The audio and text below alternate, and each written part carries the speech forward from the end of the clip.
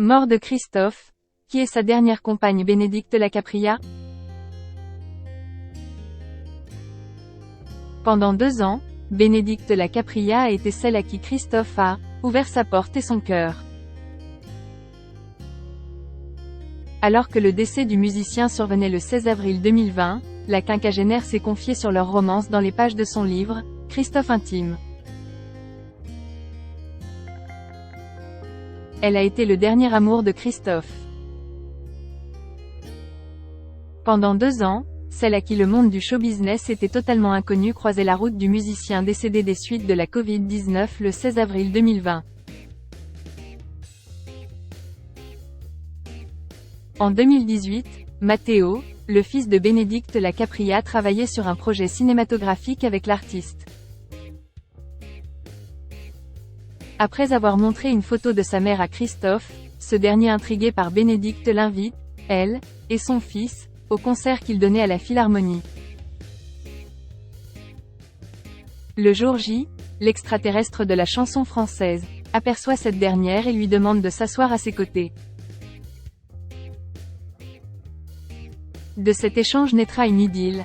Avant lui, je n'étais rien, j'étais pauvre de tout. Il m'a offert une vie, avait confié Bénédicte Lacapria à Paris Match dans une interview accordée en mars 2022. Plus tard et à son plus grand étonnement, Bénédicte est conviée par le chanteur à un dîner à son domicile parisien. De la musique aux bougies en passant par le bon vin, Christophe met tout en œuvre pour la séduire. Flattée, Bénédicte ne cédera pas pour autant aux nombreuses avances, parfois très osées, de Christophe. Je lui ai juste dit ce que j'en pensais. Cash, a-t-elle expliqué à Paris Match. _. Il était plus vieux que moi, un peu âgé même. Christophe avait 72 ans à l'époque et elle 48 ans, NDLR, et je n'avais pas envie de faire l'amour avec lui. C'est devenu un pacte entre nous. Je serai là pour lui, tant que nous ne coucherions pas ensemble, a-t-elle ajouté. On ne quitte jamais vraiment Christophe quand on l'a aimé. Très séducteur, l'interprète d'Aline ne comptait pas s'arrêter là. À coups de SMS érotiques, il tente de nouveau sa chance mais en vain.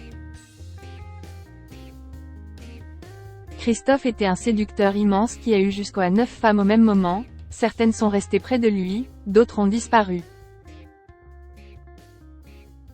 Mais on ne quitte jamais vraiment Christophe quand on l'a aimé, a-t-elle confié au magazine tout en brossant par la suite un tableau parfait de la personnalité de son amour en le qualifiant de « généreux et présent ».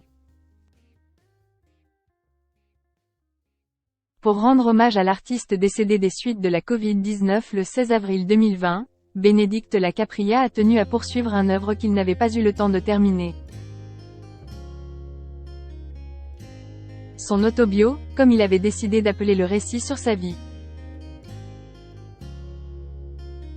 De sa famille à son enfance en passant par sa carrière, le couple avait commencé l'écriture du livre. C'est finalement Bénédicte qui y mettra un point final. Le 30 mars 2022, Christophe intime paraissait aux éditions Albin Michel pour « Ne rien oublier ». Marquée par son histoire, la dernière compagne de l'icône yéyé porte encore son blouson en cuir qu'il lui avait offert et se remémore ses souvenirs à ses côtés.